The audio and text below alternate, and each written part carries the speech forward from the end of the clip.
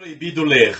Este livro é racista. Esta obra traz cenas inadequadas. Este livro deve ser adaptado. Meu Deus! Esse livro é uma afronta à moral e os bons costumes da família tradicional brasileira. Será que realmente existem livros que devam ser proibidos? Existem obras que são inadequadas para o público? Temos o direito de negar a leitura de alguns livros para as pessoas? Você está no Papo Sério do canal Filósofo dos Livros.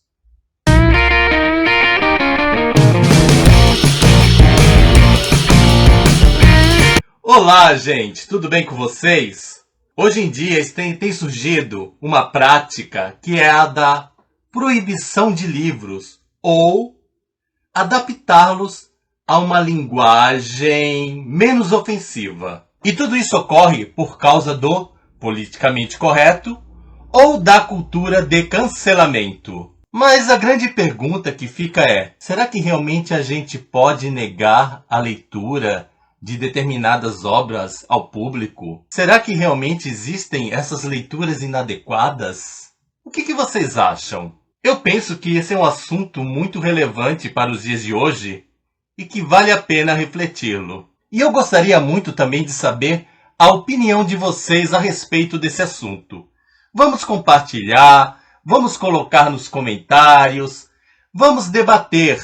Eu sei que esse não é um vídeo ao vivo, mas nos comentários há espaço para que as pessoas possam colocar a sua opinião e nós podemos interagir entre nós. Podemos conversar realmente a respeito desse assunto. Então eu pretendo trazer algumas pistas que vão propiciar essa reflexão. Eu quero ajudar a vocês a pensarem se realmente existe essa coisa do livro proibido, se os livros devem ser escritos apenas dentro do politicamente correto, se essa tal de cultura do cancelamento ela nos ajuda. Qual é a sua opinião? Aliás, essas proibições não têm somente ocorrido no campo literário, mas nós temos visto, por causa dessa cultura do cancelamento, por causa do politicamente correto, muitas coisas serem proibidas. A mim me parece uma espécie de censura. Até gaguejei. Mas, para mim, a censura é algo realmente inadequado. Durante muito tempo, nós tivemos essa tal da censura, que proibia determinadas leituras. Às vezes essa censura ela vinha de uma forma violenta, uma proibição expressa. Outras vezes ela vinha de maneira sutil, através de comentários de deboche. Isso não fica bem para uma pessoa, não leia isso, não faça aquilo. Uma das críticas que se faziam a muitos livros antigos era que essa obra ela idealiza demais os seres humanos, sabe? As pessoas são muito perfeitas, ou então existe uma oposição muito forte entre o bem e o mal. Quem é bonzinho é perfeitamente bom, quem é mal é perfeitamente mal, e não havia um meio termo, sabe? Era tudo assim, uma coisa muito dualista, e sempre tinha que colocar a coisa do tipo: o bem vence o mal, espanto temporal, o azul, o amarelo, tudo é muito belo. Sempre as coisas ocorriam dessa forma. Era o dualismo platônico, não havia a possibilidade do meio termo. Hoje, nós temos uma riqueza muito grande que as pessoas não estão dando conta, que é a questão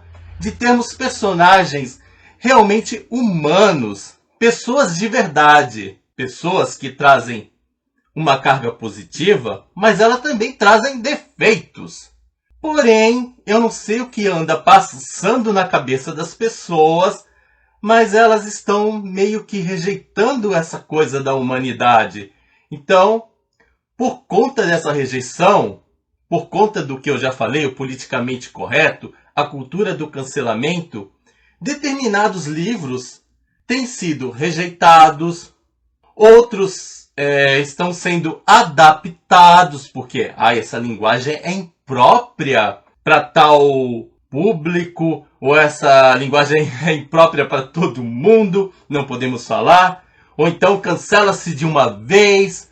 Não, não, não, não, não, não, não. Esse livro está cancelado, proibido. Ninguém pode ler esse livro.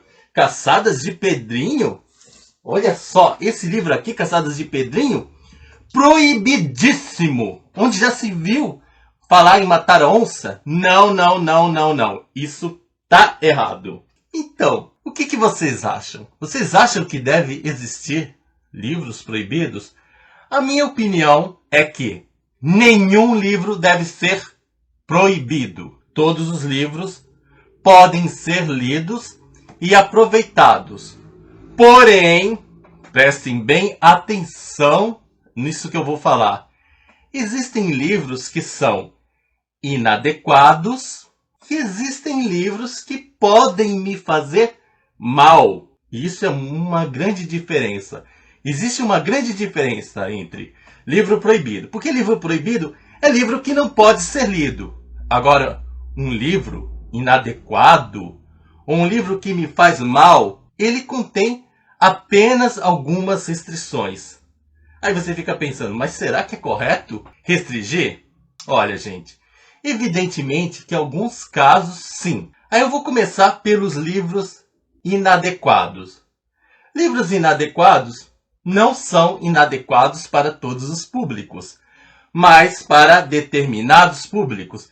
Exemplo, existem obras que não são próprias para crianças. Por que não são próprias? Talvez por uma linguagem mais forte, termos sexuais, que não é o momento certo para a criança ler, ou por conter palavras ainda que estão muito à frente do tempo de aprendizagem da criança. Então, esses livros não estão adequados para determinadas idades. Dentro da literatura infantil, então, nós temos livros que eu poderia dizer, esse livro é mais adequado para crianças menorzinhas. Esse livro não é bom para crianças menorzinhas, mas ele é bom para crianças um pouco maiores. Esse livro é adequado para crianças adolescentes. Então, existem essas possibilidades. Então, não é todo livro que eu simplesmente vou chegar e colocar na mão de uma criança. Além disso, minha gente, existe também a questão da mediação. Alguns livros devem ser mediados. Ou seja, termos a presença de um adulto que vá explicar determinados termos, determinadas situações, para que a criança consiga absorver e assimilar os valores corretos. Às vezes a criança sozinha, ela não consegue captar o que é o correto, ela não consegue entender determinada palavra, e aí entra o papel do adulto. Um exemplo de grande mediação que nós temos na literatura vem através do personagem da Dona Benta. Dona Benta, ela tinha o grande costume de ler obras pouco complicadas, ela lia, ela pesquisava outros livros e ela levava essas histórias, esse conhecimento aos seus netos, mas com palavras mais propícias para que essas crianças pudessem entender e pudessem participar da discussão. Evidentemente, muitas vezes quando nós fazemos essa tal de mediação, nós podemos correr riscos. E eu acho que isso também é um grande problema, porque muitas pessoas têm medo dos riscos. Seria bom que a gente acertasse em tudo, mas nem sempre a gente acerta. Então a gente tem que também nos arriscar. Aí o que a gente faz quando erra? Tenta corrigir, corrige, batalha, explica de novo, não repete o erro da próxima vez, sabe? Aí estão as coisas para pensar.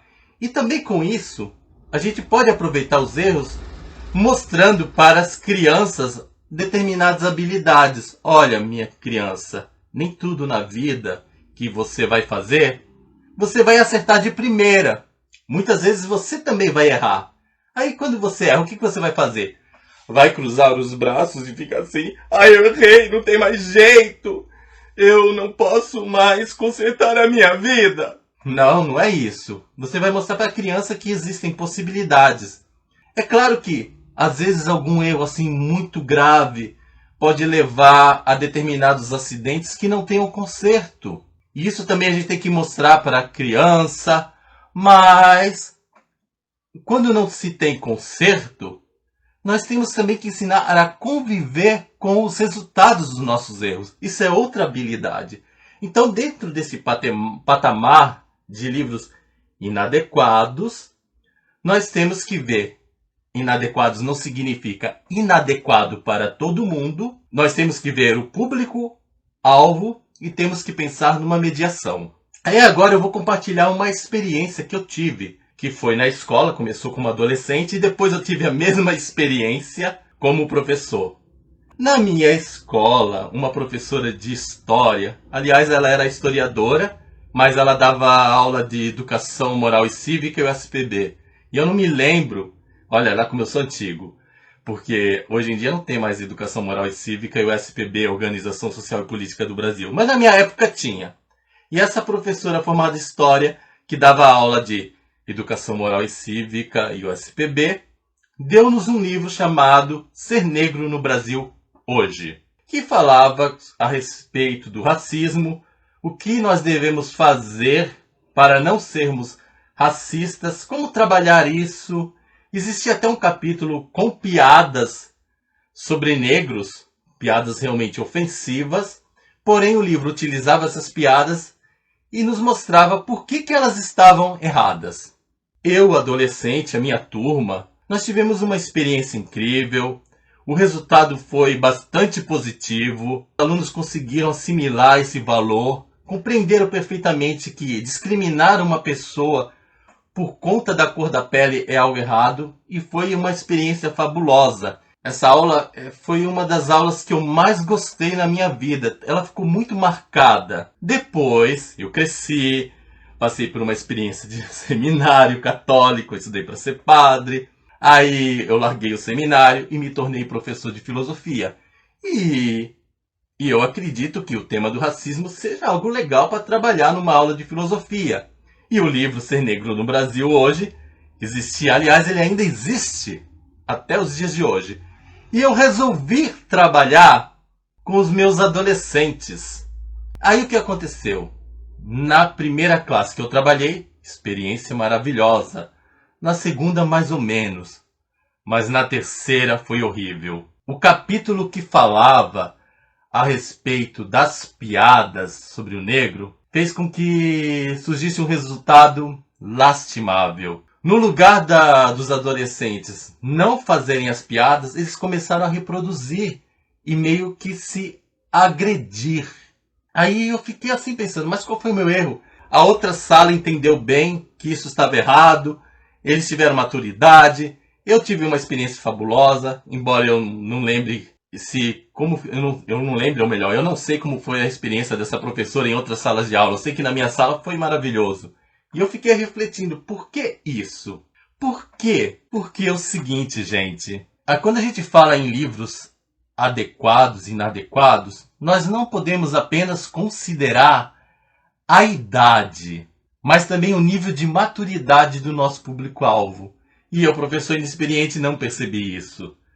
Então, para determinadas salas, eu poderia colocar o livro Ser Negro no Brasil Hoje de maneira tranquila, os alunos já tinham essa maturidade, etc. Para outros, eu deveria primeiro trabalhar a maturidade deles ou ter escolhido outro livro que não tivesse essas piadas, mas que levasse a mesma reflexão, outro material, porque aquela turma ela não tinha realmente condições, era uma turma muito bagunceira, indisciplinada, em que as crianças não respeitavam, então eu acho que necessitava um trabalho maior e talvez outros textos mais próprios.